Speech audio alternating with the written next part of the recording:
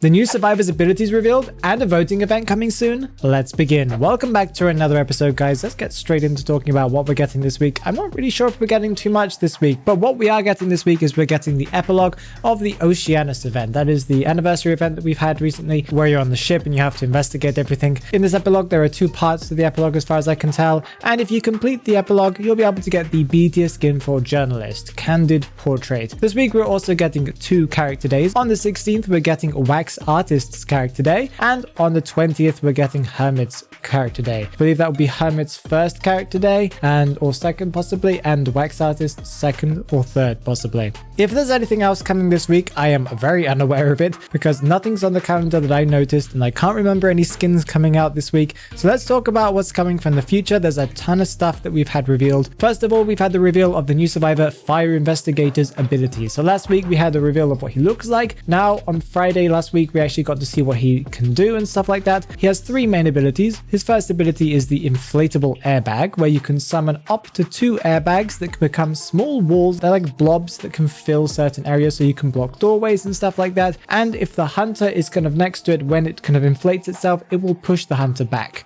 The hunter cannot go through this object, and neither can you. They kind of create physical walls that you can use to kind of slow down the hunter and something like that. They can be destroyed though if the hunter uses a charged attack to hit them, and then once they've been hit, they're completely gone. You've used up one of your charges, but you can deflate them to pick them up and put them back in your bag. So it means that you can use those 2 over and over again if the hunter doesn't break any of them. Another use for these inflatable bags is you can push off of them, and any survivor can push off of them to be able to use a elbow pad style effect like Mercenary, so it kind of gives you an extra movement speed or push in one direction. It doesn't give you as much control as Mercenary, it only pushes you in certain directions, more like the direction that your character was facing when you touch the ball, but apart from that, it's pretty cool. His second passive ability, that is called Firefighter Training, gives him, as far as I can tell, a 10% increase in general interaction speed, so he's 10% faster at vaulting, stuff like that. After using the airbag, he also gets a movement speed increase for 2 seconds, so if you kind of bounce off of it, from my testing at least, you'll get an extra movement speed increase. It's pretty fast actually, you go for quite a long distance. His third ability, his third passive, is his kind of weakness and stuff like that, and it's called Temporary Threshold Shift. This gives him a 10% slower decoding speed, and as far as I can tell, it goes up to 15%, minus 15%, I assume, when he's kiting a hunter. Interesting, I've never seen something like that before, but I think it's an interesting idea. Of course, since we're getting this new survivor soon on April 30th, we're also getting the Season 31 Essence 3, and NetEase has revealed the poster for the S tier skin for this Essence. The S tier skin is of course for Fire Investigator. It's an interesting looking skin. I'm not sure if I'm a big fan of it, maybe you guys are. There's also an A tier skin coming for the Essence for Coordinator, and also one for Clerk, also Clerk if you want to pronounce it that way. Before we get that Essence, we're of course getting a special crossover, and that crossover is just over a week away at this point, and that is the Little Nightmares crossover coming on the 25th. We got some more details about what's coming with the event. There's a complete tasks event where if you complete the tasks, of course, you'll be able to receive a special portrait called 6, and as far as I can tell, another portrait called Mono that are based off of the 2 skins that are coming for this crossover. And we also know that if you complete all of the tasks, you'll be able to get the free A tier skin for Axeboy called Mono. Meanwhile, of course, the little girl skin called 6 is not going to be free. You will have to purchase it with echoes, and you'll be able to purchase it either in the little girl package that will be available for 2,456 echoes, and also there'll be a 20% discount for a limited time, not really sure how long, or you can purchase these 2 separately. You can buy the skin and or the accessory, there's the TV remote if I remember correctly, and you can purchase those separately for echoes.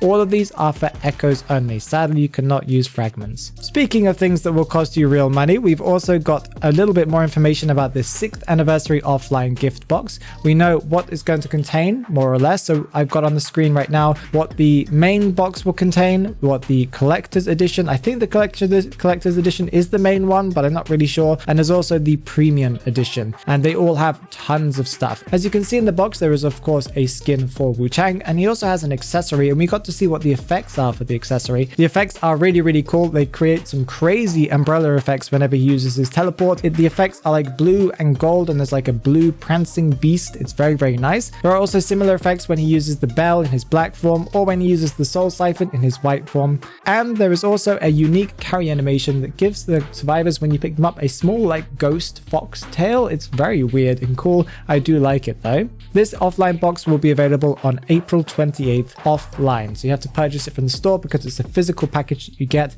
And then once you get the package, you'll be able to unlock the skin with a special code, I believe, if you put it into the game. NetEase also announced that there's going to be another voting event. It feels like only a couple of weeks ago that we had a special voting event, but this one is going to be called the Deduction Star and Best Performance Voting Event. I believe they happen on 2 separate weeks. The first one is going to happen on April 25th as far as I can tell, and that is the Deduction Star voting event. In this event, of course, you'll be able to vote for your favorite Deduction Star skins. That means that I believe that character will then be given a best performance skin in the following year if they are the winner, as far as I remember. Anyway, during this event, there are going to be login rewards where you'll be able to get up to 2 graffitis, clues, fragments, and newsletters that you can use to vote. There's also going to be an event task and voting rewards where you'll be able to get up to 3 graffitis, so that's 2 plus 3, so that's 5 in total, and a B tier unlock card, character trial cards, clues, event labels, and a dynamic portrait. There'll also be a discount for all of the previous year's costumes that won. This will also be stackable with a 40% discount if you already have one of those cards to use. During this event,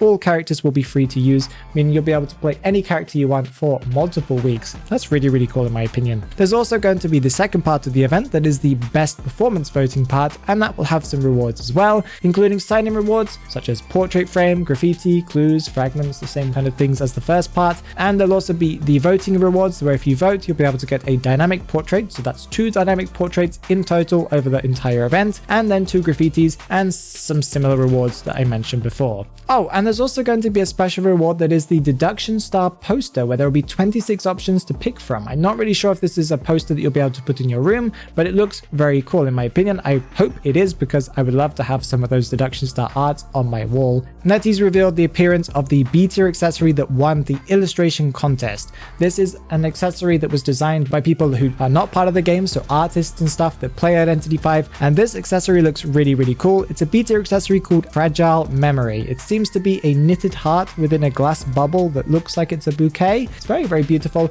and as far as I can tell, the artist is called Nonnoji. Very, very cool. We don't really know when it's coming. They said it's coming soon. It could come in within the next couple of weeks. It could come within the next couple of months. Who knows at this point?